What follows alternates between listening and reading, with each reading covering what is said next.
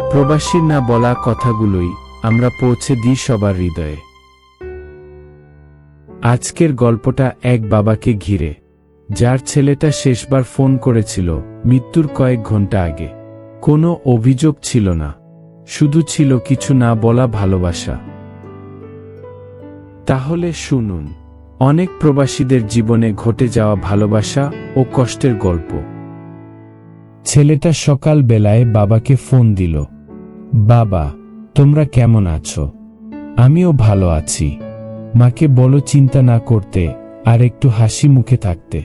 তোমাকে জানাতে চেয়েছিলাম, আজকে টাকা পাঠাইছি। বিকেলে একটু ঘুম দিব, তারপর ফোন দিব আবার।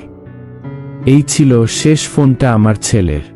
আমি অপেক্ষা করছিলাম ওর আবার ফোন করার, কিন্তু ফোনটা আর কখনো বাজে নাই। শুধু একটা খবর, আপনার ছেলে আর নেই। আমার বুকের মধ্যে কি যেন ভেঙে পড়েছিল সেদিন। জানেন, আমি সব সময় ভাবতাম ছেলেটা প্রবাসে কষ্ট করছে যেন আমরা সুখে থাকি, কিন্তু ওই পৃথিবী থেকেই চলে যাবে সেটা ভাবিনি।